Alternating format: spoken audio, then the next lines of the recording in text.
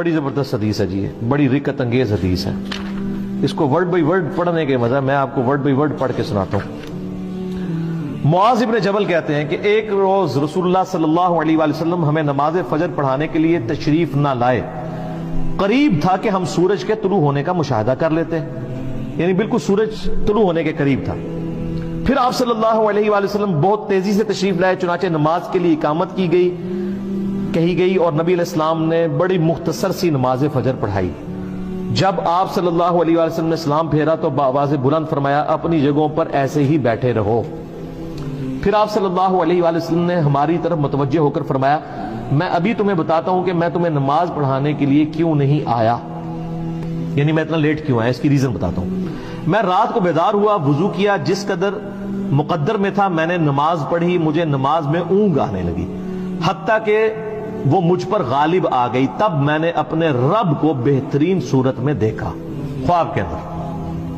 کائنات میں ایک ہی ہستی ہے جس نے اللہ کو دیکھا ہے، وہ نبی علیہ السلام ہے، اور وہ بھی خواب میں.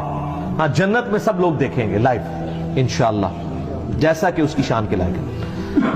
تو کہتے ہیں میں نے اپنے رب کو بہترین صورت میں دیکھا، چنانچہ میرے رب نے مجھ سے فرمایا، محمد صلی اللہ علیہ وسلم. میں نے عرض کیا، میرے رب میں حاضر ہوں. فرمایا، فرشتے کس چیز کے بارے میں بحث و مباحثہ کر رہے ہیں؟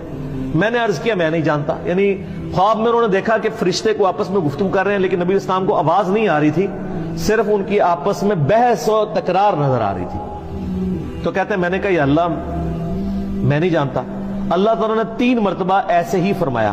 پھر آپ صلی اللہ علیہ وآلہ وسلم نے فرمایا، میں نے اپنے رب کو دیکھا کہ اس نے اپنا ہاتھ میرے کندھوں کے درمیان رکھا، حتیٰ کہ میں نے اس کے انگلیوں کے پوروں کی ٹھنڈک اپنے قلب اور سینے میں محسوس کی. یعنی یہ ہاتھ جیسا کہ اس کی شان کے لائق ہے، دونوں شانوں کے درمیان رکھا تو میں نے اپنے سینے میں اپنے رب کے ہاتھ کی ٹھنڈک محسوس کی، اور میرے سامنے ہر چیز واضح ہو گئی اور میں نے پہچان لیا. یعنی وہ جو فرشتوں والا معاملہ تھا، وہ غیبی خبر اللہ تعالیٰ نے ٹرانسفر کر دی. پھر اب اللہ تعالیٰ نے دوبارہ پوچھا،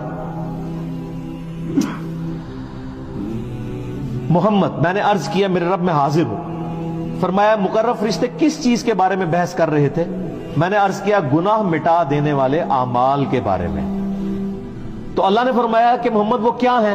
میں نے عرض کیا، جو کچھ اب فرشتوں والا علم حضور صلی اللہ علیہ وسلم کو بھی ٹرانسفر ہو گیا، کہ باجماعت نماز پڑھنے کے لیے پیدل چل کر جانا. یہ گناہ مٹا دینے والے اعمال ہیں جو سورۃ الانعام میں سورہ طٰہٰ کے اندر آتا ہے نا، کہ جو گناہ ہے وہ نیکیاں جو ہیں گناہوں کو مٹا دیتی ہیں. تو یہ سورہ ہود کے اندر نیکیاں گناہوں کو مٹا دیتی ہیں. تو وہ کون سی نیکیاں ہیں؟ پیدل نماز کے لیے چل کے جانا، نماز کے بعد مسجد میں ہی بیٹھے رہنا، یہ دوسری نیکی. ناگواری کے باوجود اچھی طرح مکمل وضو کرنا، یعنی سردیوں میں تکلیف اٹھانی پڑتی ہے، ظاہر ہے آپ اگر صحیح کامل وضو کرتے ہیں. فرمایا، پھر وہ کس چیز کے بارے میں بحث کر رہے تھے؟ میں نے عرض کیا، درجات کے بارے میں. تو اللہ نے فرمایا، وہ کیا ہے؟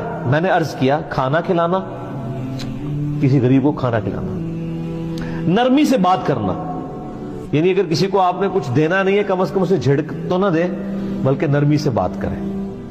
اور جب لوگ سو رہے ہوں تو نماز پڑھنا، یعنی تہجد کے لیے اٹھنا. اور ایک تو ڈیٹم لیول ہے جو ہم پہ فرض ہے، وہ فجر کی نماز ہے کہ آپ نے اٹھ کے نماز پڑھنی. تو پھر اللہ تعالیٰ نے فرمایا، یہ سر وہ کلائمیکس ہے. اللہ تعالیٰ نے فرمایا، اے محمد کچھ مانگنا ہے تو مانگ لو.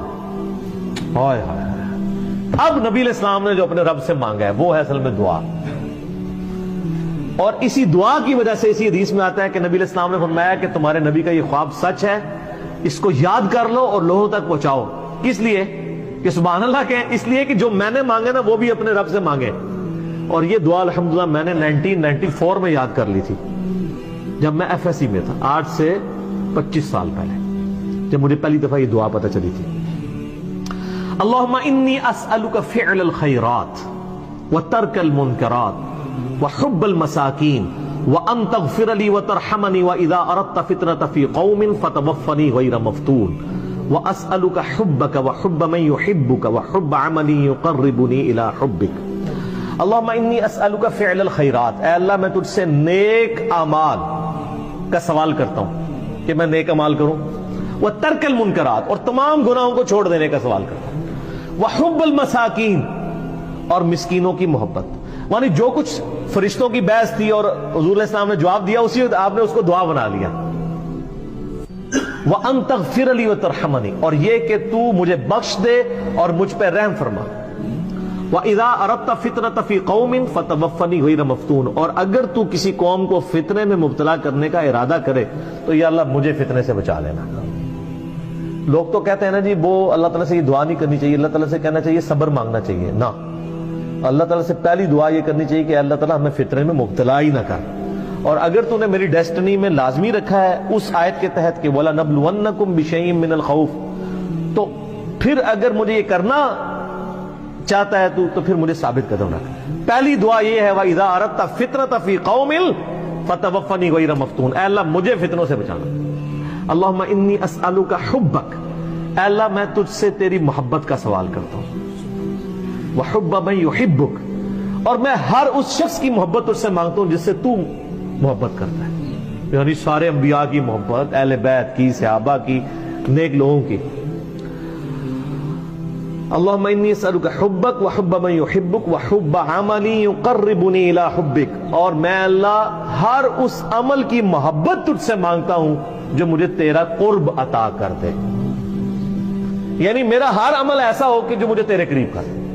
ایک تو وہ دعا ہے نا ابو داؤد کے اندر، سنن نسائی میں، کہ معاذ ابن جبل ہی کو نبی علیہ السلام فرمایا تھا اے معاذ میں تجھ سے محبت کرتا ہوں، ان کے یا رسول اللہ میں بھی کرتا ہوں، تو فرمایا معاذ یہ دعا کبھی نہ چھوڑنا، ربی اعنی علی ذکرک و شکرک و حسن عبادتک، یہ وہی دعا ہے، اے اللہ میں تیری مدد چاہتا ہوں تیرا ذکر کرنے پر، شکر ادا کرنے پر، اور اچھے طریقے سے عبادت کرنے کے۔